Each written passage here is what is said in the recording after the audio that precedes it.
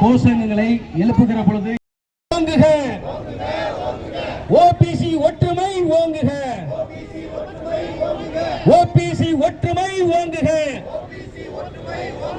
ஓங்குக ஓங்குக ஓங்குக ஓங்குக, ஓபிசி ஒற்றுமை ஓங்குக. ஜாதி வாரி கணக்கெடுப்பை எடுத்திடு. தமிழக அரசு, தமிழக அரசு, தமிழக அரசு, தமிழக எடுத்திடு, எடுத்திடு, எடுத்திடு. ஜாதி வாரி கணக்கெடுப்பை எடுத்திடு. ஓபிசி மக்களை புறக்கணிக்காதே, புறக்கணிக்காதே, புறக்கணிக்காதே. ஓபிசி மக்களை புறக்கணிக்காதே. கல்வி வேண்டும், வேண்டும், வேண்டும். கல்வி உதவித்தொகை வேண்டும். அரசு வேலை வேண்டும், வேண்டும், வேண்டும். அரசு வேலை வேண்டும். உயர்த்திடு, உயர்த்திடு. இடஒதுக்கீட்டை, பிற்படுத்தப்பட்டோர் இடஒதுக்கீட்டை உயர்த்திடு, உயர்த்திடு. வழங்கிடு.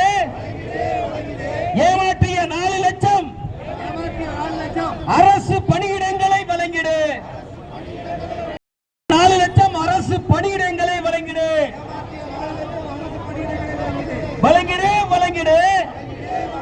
9% அரசு பணிகளை வழங்கிடு.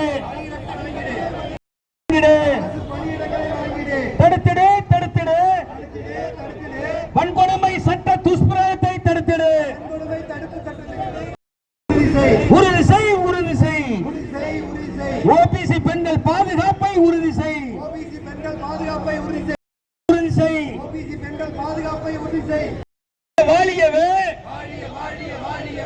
ஓபிசி ரைட் அமைப்பு, ஓபிசி ரைட் அமைப்பு வாழியவே. ஓங்குக, ஓங்குக. ஓபிசி ஒற்றுமை ஓங்குக, ஓங்குக, ஓங்குக. ஓபிசி ஒற்றுமை ஓங்குக. எடுத்திடு, எடுத்திடு. விடைபெறுகிறேன். நன்றி, வணக்கம்.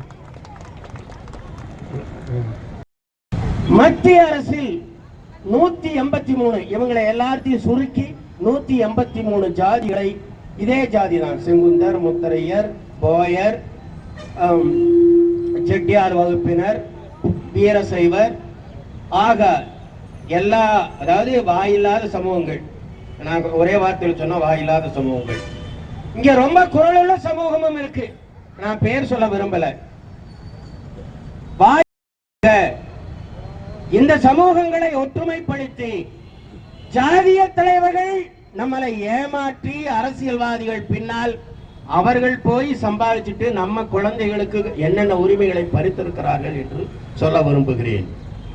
அன்பு உறவுகளை, 1950ஆம் ஆண்டு சுதந்திரத்திற்கு பின் இந்திய அரசியலமைப்பு சட்டம் உருவாக்கப்பட்ட போது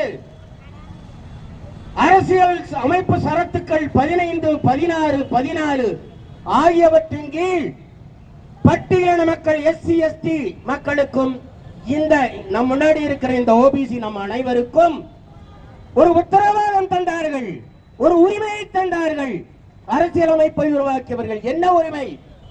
இந்த மக்கள் சமூகத்திலும் கல்வியிலும் பொருளாதாரத்திலும் பின்னாடி இருக்கிறாங்க.